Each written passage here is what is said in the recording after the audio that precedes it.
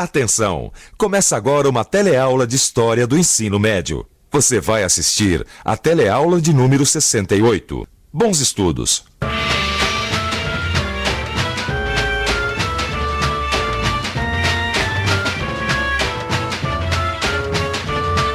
Na teleaula passada, a gente viu que o governo de Jânio Quadros terminou rapidamente com uma renúncia que dividiu a sociedade brasileira. Você deve se lembrar que a solução para o impasse criado pela renúncia foi o parlamentarismo. Na teleaula de hoje, a gente vai ver como funcionou o regime parlamentarista no seu curto tempo de existência. A gente vai ver ainda que a implantação do parlamentarismo e as tentativas de superar a crise política não foram suficientes para impedir a crescente radicalização dos grupos políticos e sociais. E que essa radicalização acabou levando à derrubada do governo de João Goulart em 1964.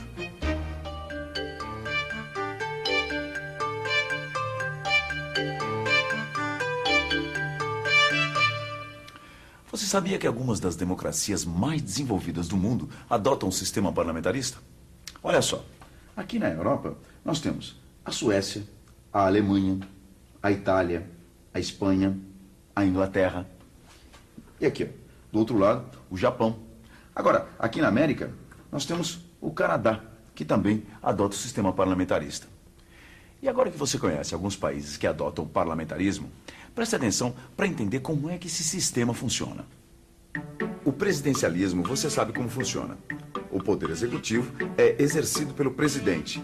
É ele quem toma as principais decisões e iniciativas para governar o país. Já no parlamentarismo, quem tem esse poder é o parlamento ou o Congresso. O partido ou a coligação de partidos que tem a maioria no parlamento escolhe entre os parlamentares eleitos o chefe de governo, também chamado de primeiro-ministro. O primeiro-ministro organiza um conselho de ministros ou gabinete ministerial. Juntos, eles governam o país, mas sempre prestando contas ao parlamento, que pode até derrubar o gabinete sem que o primeiro-ministro possa fazer nada. A figura do presidente continua existindo, mas seus poderes são muito reduzidos. Foi isso o que aconteceu com João Goulart. Com a mudança para o parlamentarismo, seus poderes ficaram muito reduzidos.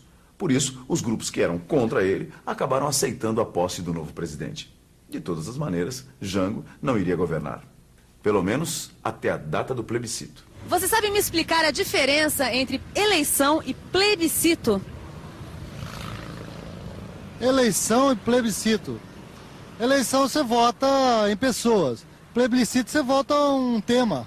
Plebiscito é uma consulta entre sim e não sobre alguma questão nacional. Eleição você vai eleger alguém, uma pessoa, ou um partido, ou enfim. Eleição é o exercício do voto. É o momento que você vai à urna para votar. Essa é a eleição, é feita para eleger um presidente. O plebiscito é feito para ocasiões especiais, para momentos como a gente teve, para a escolha entre o parlamentarismo ou não parlamentarismo, um sistema de governo diferente do que a gente usa, que é o presidencialismo. Bom, resumindo, plebiscito é quando uma decisão do governo é submetida a uma decisão popular. Uma mesma emenda constitucional que previu a mudança do sistema do governo do Brasil para parlamentarismo, na época de Jânio Quadros, previa também a realização de um plebiscito, para que o eleitorado pudesse decidir se o sistema parlamentar deveria ser mantido ou se deveríamos voltar ao presidencialismo. O parlamentarismo durou apenas 14 meses. Nesse curto período, o novo sistema de governo teve 3 gabinetes ministeriais diferentes. E a medida mais importante implementada durante o parlamentarismo foi a antecipação da data do plebiscito, marcado para janeiro de 1963. Os setores que tinham defendido a posse de Jango novamente se mobilizaram em uma intensa campanha nacional pelo não ao parlamentarismo. No final, venceu a volta ao presidencialismo por uma esmagadora margem de votos. Quase 9,5 milhões de eleitores disseram não ao parlamentarismo e só cerca de 2 milhões disseram sim. O Brasil voltou então ao sistema presidencialista, ou seja, o presidente da República voltava a ter os poderes que havia perdido. E foi com esses poderes que Jango lançou as primeiras medidas para enfrentar os sérios problemas econômicos e sociais que o Brasil vivia. Na verdade, enquanto durou o parlamentarismo, o governo tinha estado praticamente paralisado. A inflação havia aumentado brutalmente, enquanto a taxa de crescimento econômico tinha caído significativamente. Para atacar de frente esses problemas, o governo lançou o Plano Trienal de Desenvolvimento Econômico e Social. O economista Celso Furtado, que ocupava o cargo de ministro extraordinário do Planejamento, era o autor do plano. Os objetivos eram simples, mas difíceis de conciliar: baixar a inflação e aumentar o crescimento. Para controlar a inflação, o governo queria reduzir os gastos públicos, conter o crédito ao setor privado e renegociar a dívida externa. Mas o fato é que nem o governo norte-americano, nem o FMI e nem os credores internacionais estavam convencidos da viabilidade do plano trienal. Eles prometeram muito dinheiro, mas liberaram só um pouco. E logo, o governo acabou tomando medidas que comprometiam os objetivos do plano. Deu um aumento aos funcionários públicos, que era maior do que o previsto, e relaxou o controle sobre os empréstimos bancários aos empresários. Nem os empresários, nem os sindicatos dos trabalhadores viam com bons olhos o plano trienal. Todos achavam que o país entraria em recessão. Quer dizer, o ritmo das atividades econômicas corria o risco de diminuir. E com isso, haveria uma queda da produção industrial, aumento do desemprego, redução dos salários e queda no consumo. E foi isso mesmo que aconteceu. Em 1963, o crescimento econômico chegou ao nível mais baixo desde o início da Segunda Guerra Mundial. E a inflação continuava crescendo. Outra medida importante foi o compromisso assumido com a realização das chamadas reformas de base. O objetivo dessas reformas era ampliar a participação dos trabalhadores na vida política e cultural, melhorar a distribuição da terra e da renda e eliminar obstáculos ao desenvolvimento econômico do país. Você acha que melhorar a distribuição de renda e de terra é uma coisa que vai contra o capitalismo? Acho que não. Acho que é contra. Você acha que melhorar a distribuição de renda e de terra é uma coisa que vai contra o capitalismo? De jeito nenhum. Acho que vai favoravelmente ao capitalismo, porque o retorno é imediato. Olha, eu acho que pode ir tanto contra quanto a favor, depende do seu ponto de vista. Ô Vicente, você acha que distribuir terras e rendas é contra o capitalismo? Eu não acho, não. Não, eu também não acho. Aliás, eu acho que o que o Jango queria era exatamente o contrário. Era melhorar o desenvolvimento capitalista do Brasil, né? Essas são ideias que eu acho que todo mundo deveria concordar, você não acha? Ah, mas na época do Jango, Gil, ninguém concordava com nada. Olha aqui, ó. As reformas de base, elas eram discutidas na imprensa, no Congresso, nos sindicatos. E quanto mais se discutia, mais a coisa radicalizava. Entendeu? Principalmente dentro dos partidos políticos. 1961 a 1963. A polarização política se estende aos setores organizados da sociedade. O movimento sindical vive um momento de intensa organização e mobilização. Entre 1961 e 1963, ocorrem mais de 400 greves.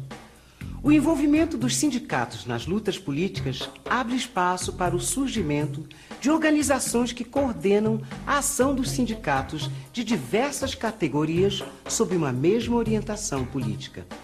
Surge o Comando Geral de Greve, que pouco depois se transforma no Comando Geral dos Trabalhadores, o CGT.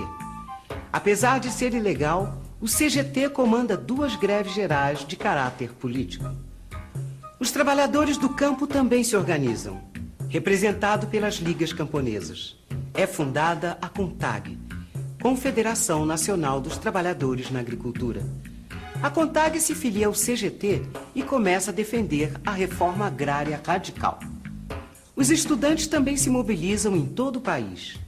Representados pela União Nacional dos Estudantes, a UNE, eles saem em defesa das reformas de base, principalmente da reforma universitária.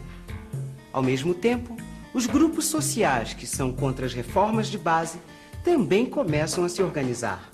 Surgem também organismos como o IBAD e o IPES, que reúnem empresários, tecnocratas, professores universitários, jornalistas, economistas e profissionais liberais. Eles defendem a economia de mercado e fazem propaganda política junto aos empresários, às Forças Armadas, à Igreja, ao Congresso e aos sindicatos. Nossa, Vicente, quantas siglas, quantos grupos, hein? Isso aqui é só o começo. Dá uma olhada nessa imagem aqui, quer ver? O que é isso, Vicente? Militares radicais? Exatamente. Essa é a foto de uma revolta que aconteceu em 1963, lá em Brasília. 500 sargentos do Exército, da Marinha, da Aeronáutica protestaram contra uma decisão do Supremo Tribunal Eleitoral. Peraí, que decisão? É uma decisão que anulava a eleição de candidatos sargentos, que na época era ilegal. A rebelião dos sargentos foi controlada rapidamente, mas ela era um sintoma de que a disciplina militar não andava muito boa. Por essa época, setores civis e militares já estavam se unindo para articular a derrubada do governo João Goulart. O líder da conspiração era o general Humberto de Alencar Castelo Branco.